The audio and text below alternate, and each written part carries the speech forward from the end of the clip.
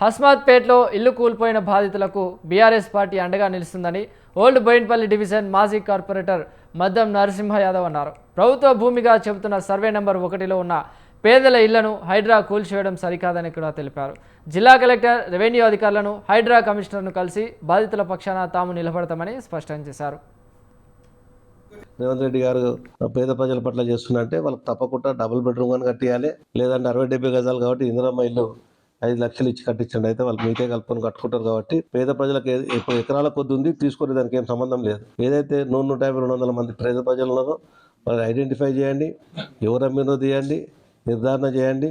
నిజంగానే వాళ్ళ గిట్ట ఎవరైనా దళాలు వాళ్ళను మోసం చేసినట్టయితే ఎవరిని కూడా వదిలిపెట్టడానికి లేదు. దానికి మాది పూర్తి సహకారం ఉంటుంది. పార్టీ తరఫు నుంచి, మా ఎమ్మెల్యే తరఫు నుంచి.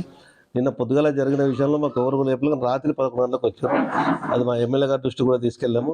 తప్పకుండా పూర్తిగా సహకరిద్దాము. పేద ప్రజలు అయితే ఉన్నారో వాళ్ళకి 100% మా బీఆర్ఎస్ పార్టీ నుంచి వాళ్ళకు సపోర్ట్గా ఉంటాము.